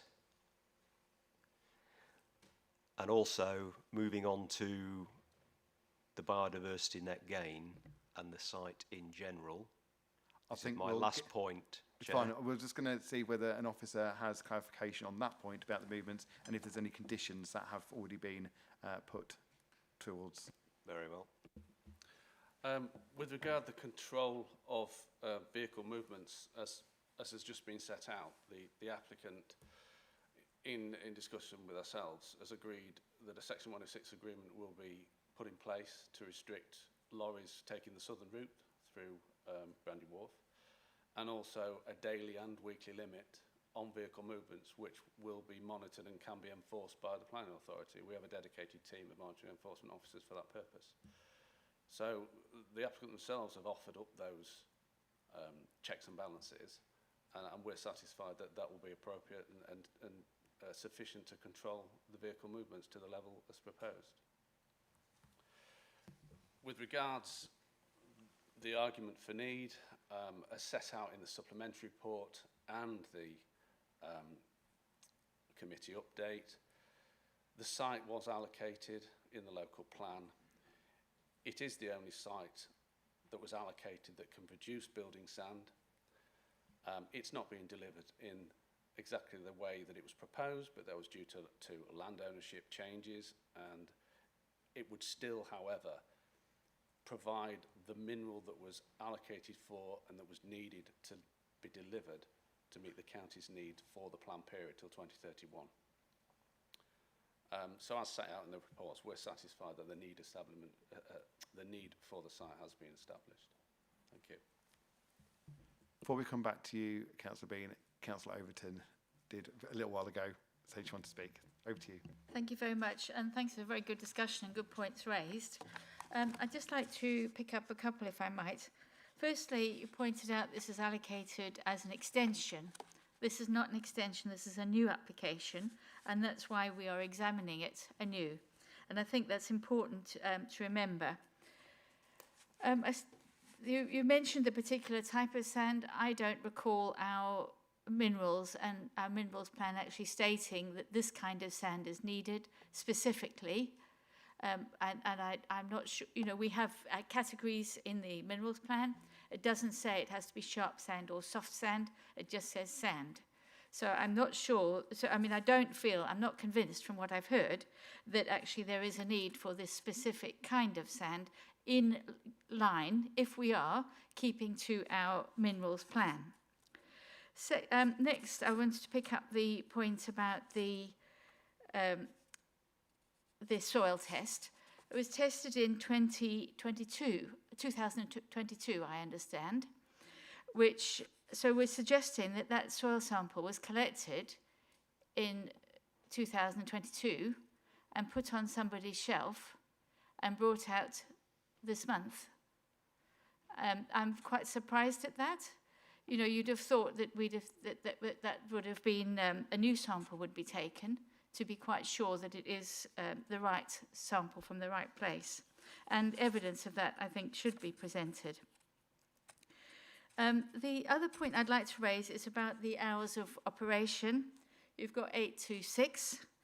I wonder, it does say on paragraph 37E that the point about winter darkness should be taken into account, which clearly it's not if we do 8 till 6, because 6 o'clock is very dark, as we all know from the fireworks that we've just been going to watch, which start at 6 o'clock because it's dark. So I think we do need to have some allowance there, as per paragraph 37E, for winter times, to make sure that it's only operating weekdays during the daytime for security, as was said, for safety. Thirdly, about the liaison group, it seems to me that that would be a good proposal. So the two suggestions for change I'm making is one about the hours, take winter darkness. The other one to actually write in there that there will be a liaison group involving local residents and parish councils, as we've got with other quarries actually. That's a normal practice, so I think perfectly sensible to put that in. Lastly, just a point is about the bund. Now, just because this area was previously allocated, it doesn't mean it's still, the whole of it is still appropriate. And just because it was allocated doesn't mean you can actually develop the whole of it, because there are differences, changes that have occurred, as we've said. You've got to still allow for the damage and the impact on those neighbouring properties. It seems, I know we've had this before, but it seems to me absolutely astonishing that you can have industrial movements of vast amounts of soil and rock and sand, I guess, so close, right up to somebody's garden fence. It seems to me really weird that it doesn't seem to be right at all. And of course, the change that's happened is that the houses have been built since the original thinking about that particular site. So I think it should move further back from the fences of those people, from their garden fence. I think there should be a gap there. On the map, if we could put the map up again, I was interested to see that the gap to the properties is very small compared to the gap to the quarrying area. So they've allowed themselves a big gap for the bund not to fall in, but they've not allowed very much space the other side. So I would suggest that the bund should be moved nearer to the quarrying area so that the heavy activity is not quite so close to somebody's garden fence. Sorry, you probably can't find the map now. I've probably made the point without the map. Okay. Okay, that's all right. But the clear point is that it's so much heavy activity right up to the garden fence is just not acceptable. Thank you. Thank you. Councillor Hill? Yeah, I think I would concur with Councillor Overton on the last point about how close the bund is to the houses, or the gardens, should I say. I just want to come back to the issue when permission was granted by West Lindsey District Council. Obviously, I did ask Councillor Bunny this, and I think a key consideration to me is when that permission was granted, what comments were comments put in by the County Council in terms of highways or any other issue, because obviously if highways didn't object to the housing estate, which is a lot more vehicles, smaller vehicles of course, one would wonder. So I've just wondered if anybody is, I don't know when permission was granted by West Lindsey, but to me, I just feel that those residents who are in this problem now would be interested to know how they got to this position, because bluntly, if some of them had known that they're going to have a quarry next door, they probably might not have come. Thank you. Councillor Bean? So let the officer... Just to clarify for Councillor Hill, the planning permission for the housing estate was granted in 2005, and it wasn't allocated until 2017. So it was already there before the site was allocated for minerals development. It was assessed when we assessed our plan and our allocations and did the site selection process, and it was considered that any impacts could be appropriately mitigated at the time the site was brought forward. So the planning permission for the houses was already there. So I'm interested, so West Lindsey would have been made aware, would they? Yes. Or were they, were they made aware that there was potential, or there was a quarry potential there? At the time of allocation, when the local plan was dealt with, West Lindsey Council and the locals were consulted that it was proposed to allocate that land for mineral extraction. The housing development was already there. The actual planning permission. So, yeah, but when the housing in 2005, what were our comments as a county council to that? There was no quarry application on the table, so the allocation didn't exist. It was just a farmer's field, so we wouldn't have had any particular input. Just sort of clarification. I think Councillor Hill's asking in terms of what our comments were as a highway authority to the residential application. Is that, and I don't know if we've got that sort of information before us today. I think my colleague is just checking, so maybe we'll come back to on that shortly. Yeah, I mean,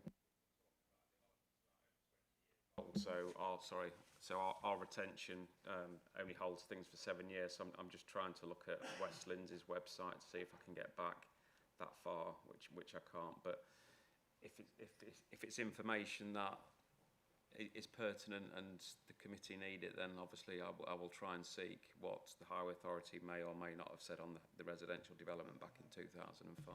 I think it's nice information to have, but it's not relevant for, as we just said, if the housing estate was put in 2005 and this was put in the local plan at 2017, I said it's been put in the local plan after that development was there, therefore it would have been known. But as you quite rightly said, it would have been nice to know what Highway said about housing going in there. But Councillor Hill, yeah, please. Just on in 2017, then did the West Lindsey make any comment on the proposed application for or proposed allocation of this site for a quarry?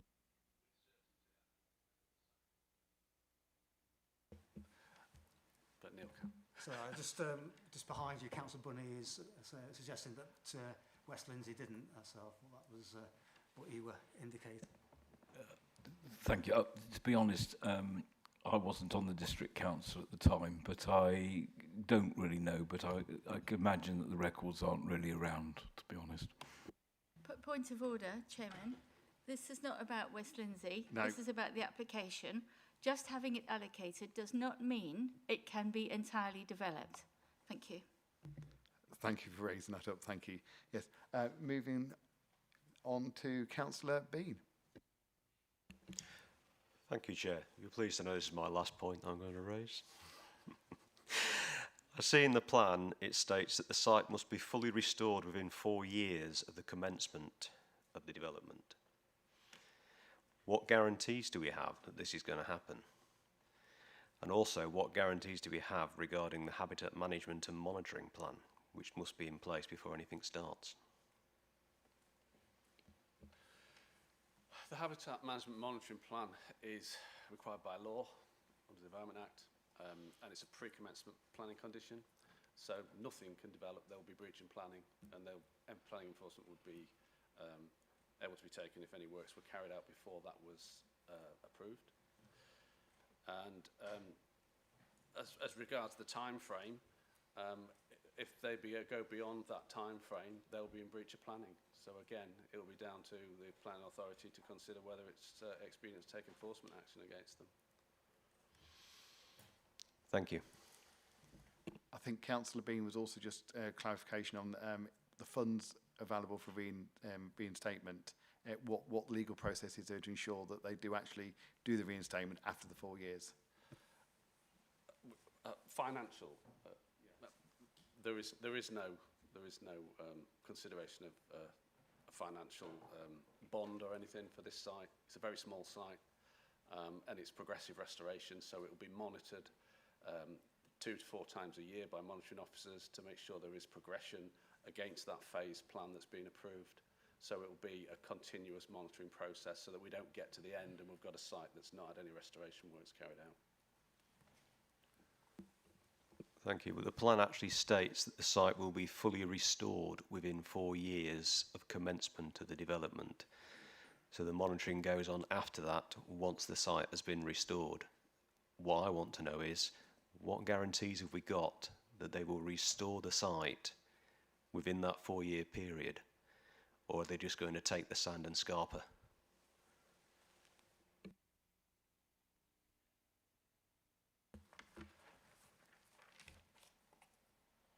I don't really know what to say to that. I think what you said before, it's a progressive and it'll be looked at and, well, yeah. Well, in Lincolnshire, it's unheard of, to be honest. But the site is going to be monitored constantly, so the work will actually be carried out progressively.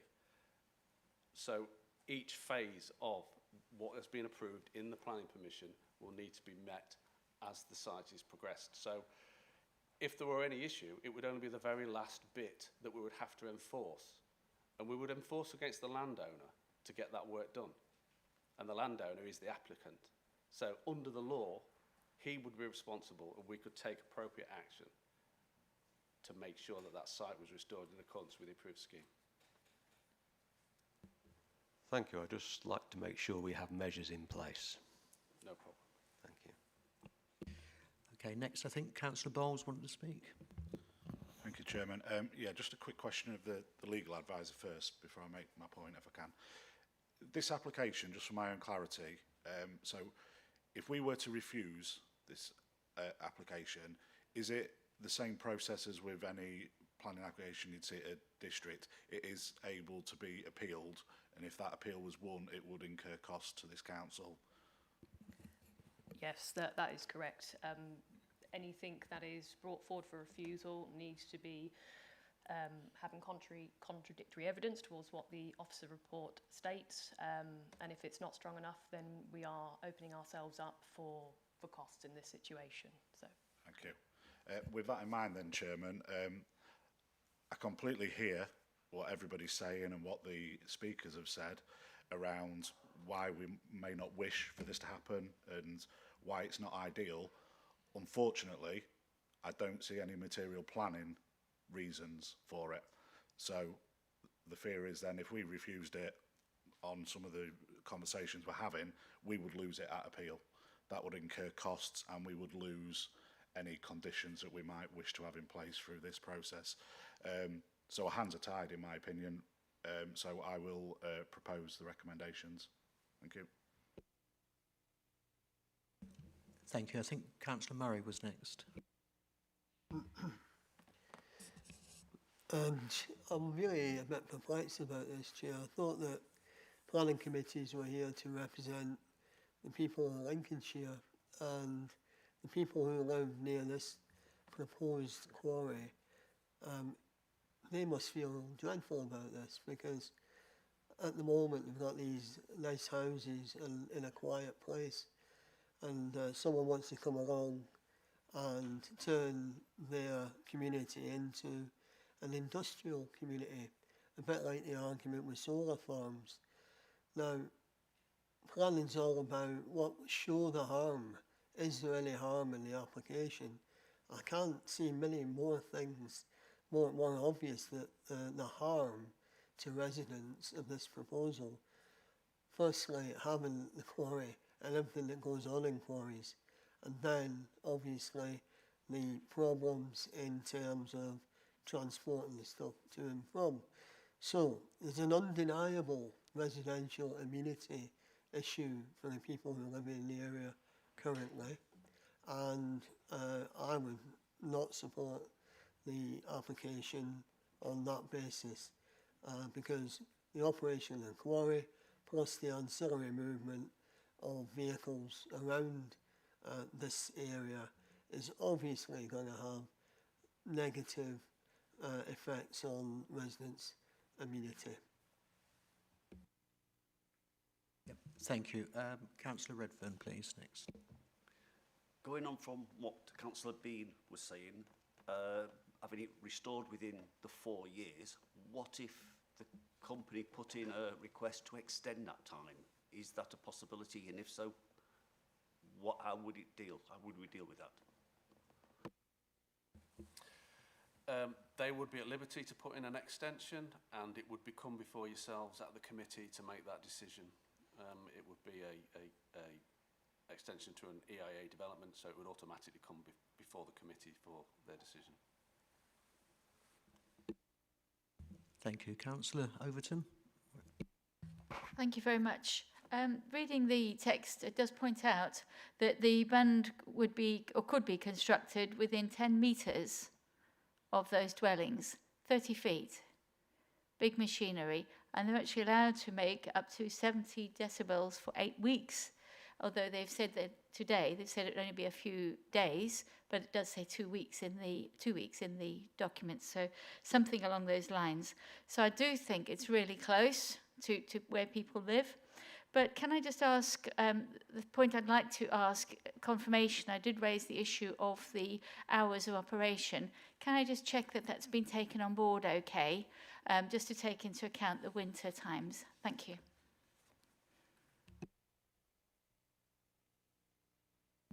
If the committee wish that that amendment to the condition is taken as part of the eventual recommendation, or that you vote on, then it needs to be clear what that change is, and so that you're clear that you're making a change to what is in the original committee report and the supplementary report. So it does need to have a you do need to set out what actual wording that you would like to be changed to, and then for the committee to vote on that change.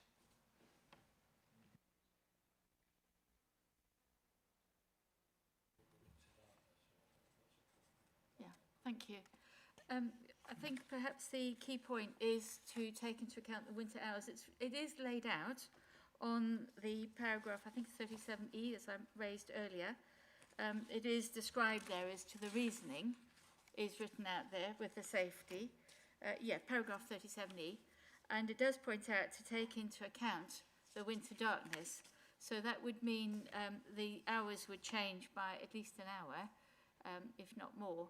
But maybe somebody who's used to looking at those things could give me a professional opinion as to what taking into account winter darkness is in exact hours. But as it is, I'm going on paragraph 37E. Thank you.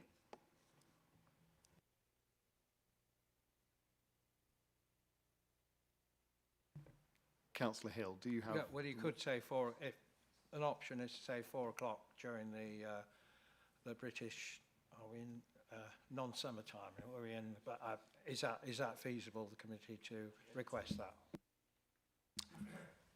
I think so long there's something there that is tangible, so there is something there that can be, because at the end of the day, we have to make sure that such a condition is enforceable.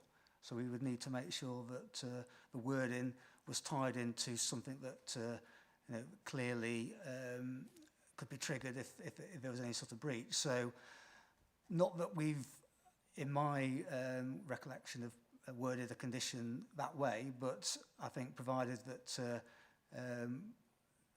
if that's what the committee are minded to request, then I think we can go away and just come up with some wording that obviously takes on board the committee's intentions on that, and to tie it to certain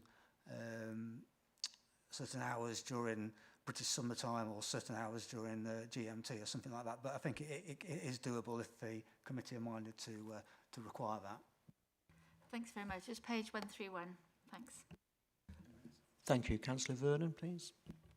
Thank you, Chairman. Please can I seek advice from legal on, my understanding was that we could only discuss those 3 items today. I take it's acceptable for us to add further conditions in. In respect of those 3 items, yes. So if you're saying that those hours are being restricted for highway movements, then yes, that is okay. Lovely, thank you. That then brings me on to my next section, sort of with this. This is really tricky, and I really do have every sympathy for residents. I'd like to thank the applicant, the objector, and the ward member for giving their input. It's always so very useful to have.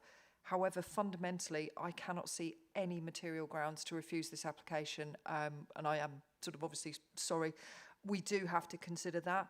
I understand Councillor Bean's comments about what is severe. However, our highways officers have said it isn't severe. I think the improvements made on highways conditions regarding the daily and weekly limits and the route enforcement will help immensely, but sort of on the basis that there are no grounds to refuse this application, in my view, I'm happy to second the proposal to approve as per my colleague's recommendation. However, I would like to add one little thing in, which is the community liaison group. I don't know if we are allowed to condition that, but I note that the applicant is here and I hope that he will sort of take heed of that comment, but I would very much welcome that inclusion. It's been a big positive in other areas where we've had these sort of developments, and it can alleviate a number of residential and parish and town concerns. So I think it would be super if we were able to encourage that, if not condition it. Thank you. Anyone else would like to speak? Thank you. Yes, thank you very much, everybody in the room. I wholeheartedly agree with everything that's been commented today. I believe the liaison group was commented in the previous discussion about the condition for that, and I believe members at that time indicated that it would be a good idea, and therefore I think the conditions, if we could have the liaison group, the hours for transfer for highways, 8 till 6, and then condition it that it was 8 till 4 in the winter hours. We will let officers write those particular words within the condition. And I believe they were the only 2 main conditions that I think that members were. Councillor Bowles, sorry, yes, as proposed, are you happy? And Councillor Vernon, are you happy?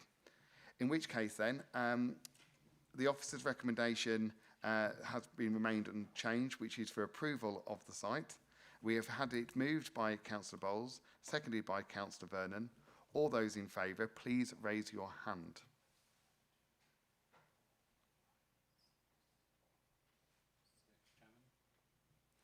So that's 6-4. Those against, please raise your hands.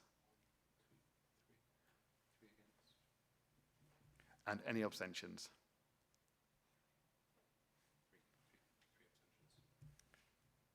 Thank you very much. The motion is carried with a vote of 6 in favour, 3 against and 3 abstentions.